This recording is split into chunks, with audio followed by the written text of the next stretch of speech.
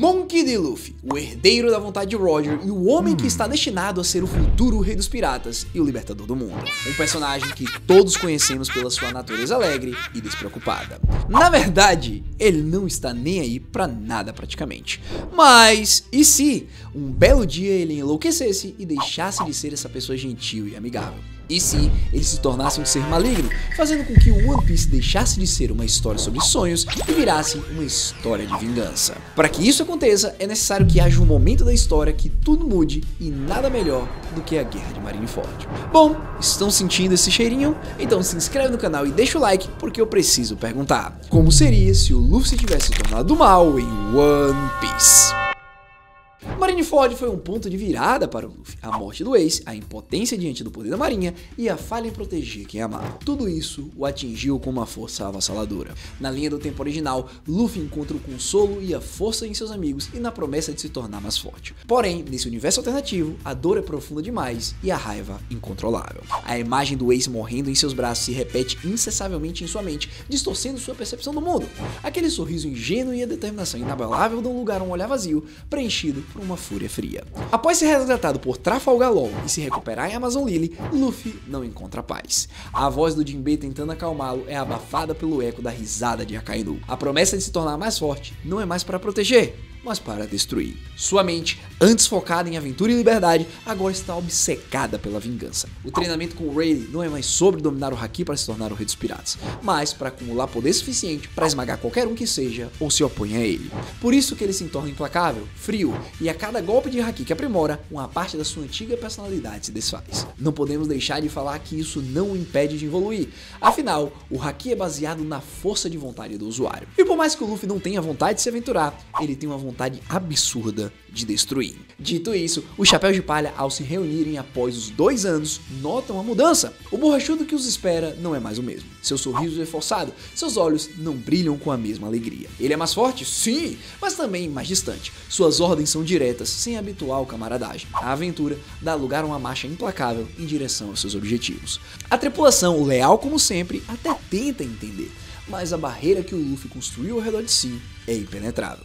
Eles veem a dor, mas também a escuridão que a acompanha. A promessa de um futuro brilhante como o Rei dos Piratas é substituída por uma sombra de incerteza. No novo mundo, a reputação de Luffy muda drasticamente. Ele não é mais o garoto problema que causa confusão, mas uma força a ser temida. Sua abordagem aos inimigos é brutal, sem piedade.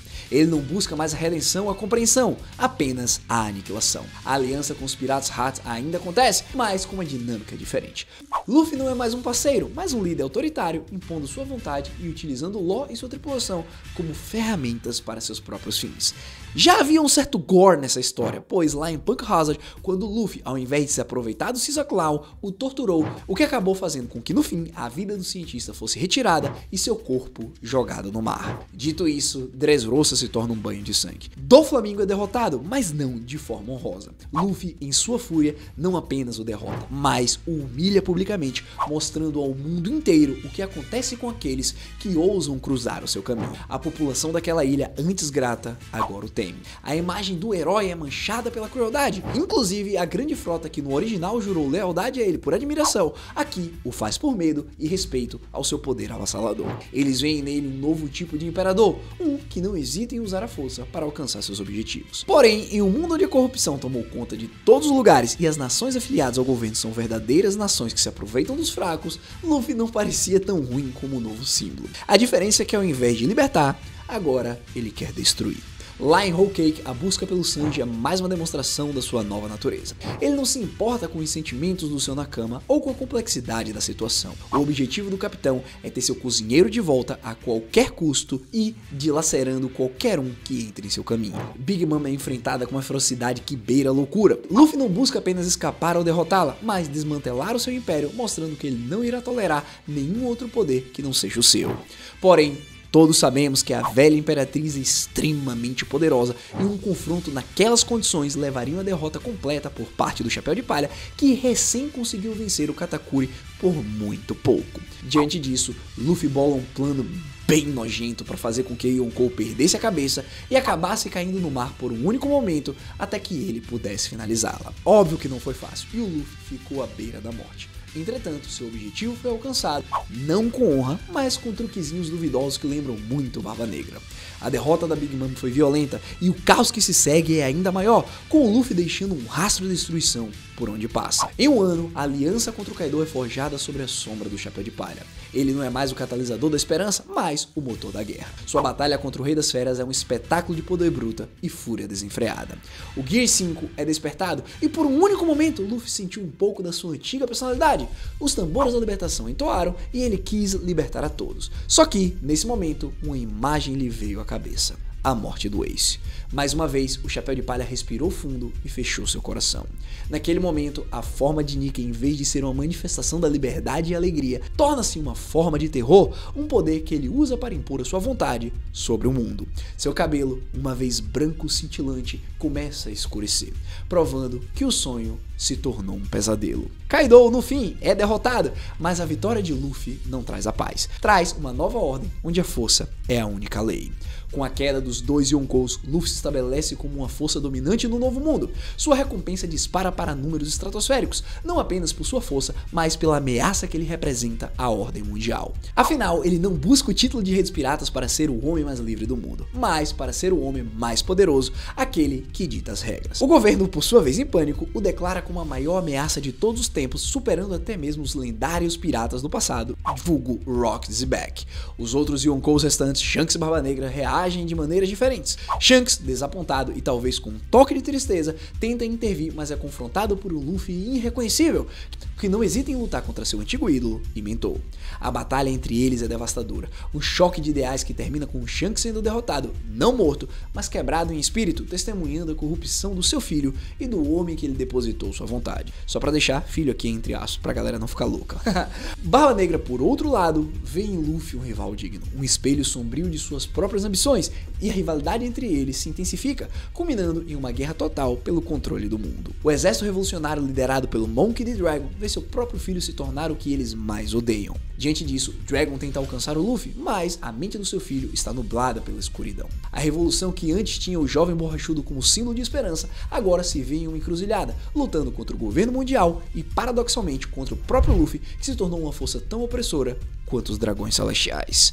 A batalha final não é mais apenas entre piratas e a marinha, mas uma guerra civil global onde ideais se chocam e o mundo é dilacerado. Os Chapéus de Palha, em meio a tudo isso, são forçados a fazer escolhas impossíveis. Alguns, como Zoro e Sanji, permanecem ao lado de Luffy, leais até o fim, mesmo que não concordem com seus métodos. Outros, como Nami e Usopp, acabam se afastando, incapazes de suportar a escuridão que consumiu seu capitão. Robin, com seu conhecimento de história, decide ficar para ver a tragédia se desenrolar e a repetição dos ciclos de poder e opressão.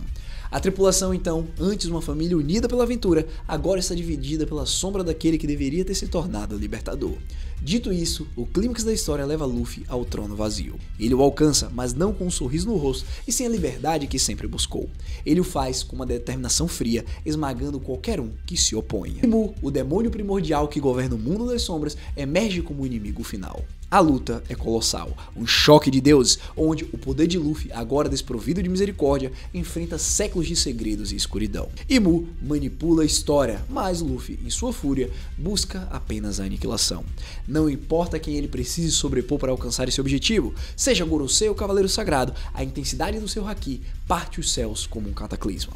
Aqueles que resolveram ficar ao seu lado sabem que tudo seria decidido naquele momento. Não é à toa que depois de 7 longos dias de luta, uma figura aparece nos céus tampando uma lua de sangue que refletia a sua própria personalidade.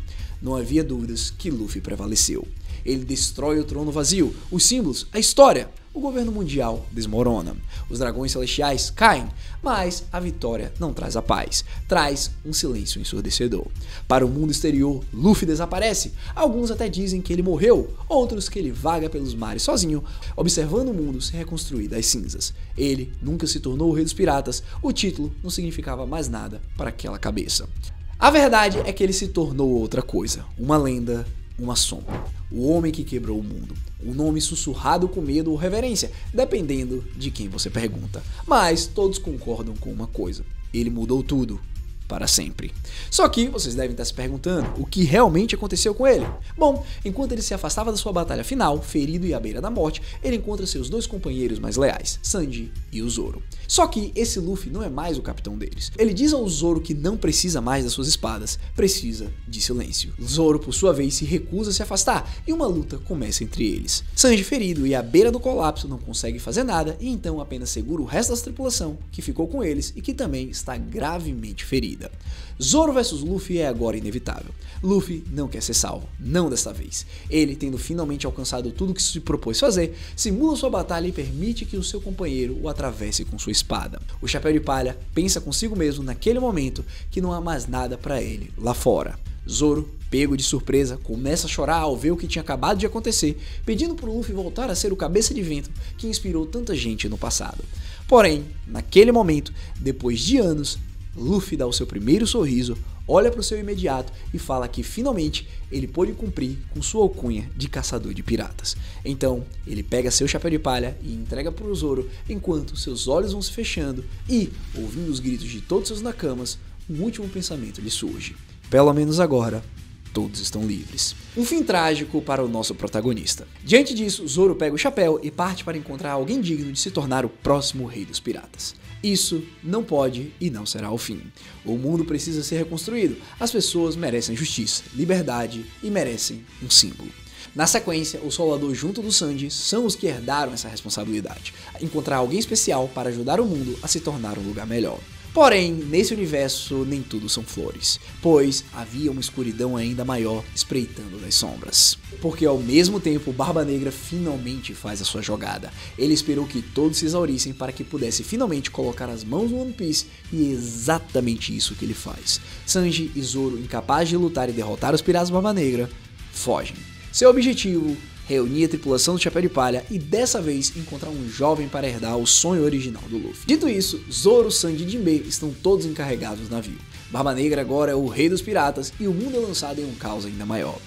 O período mais sombrio conhecido pelo homem começa agora com Barba Negra sentado no trono. Afinal, os 4 Yonkous haviam sido derrotados, o governo mundial estava em frangalhos, os homens peixes e humanos iniciaram uma guerra aberta, vários países foram escravizados por tiranos gananciosos. O mundo está tão bagunçado que parece que as coisas estão além da salvação. Os únicos que podem atrapalhar os planos do Barba Negra são o exército revolucionário. E bem, o mundo é então lançado em um caos ainda maior, pois os dois grupos mais fortes restantes se enfrentam em uma guerra total.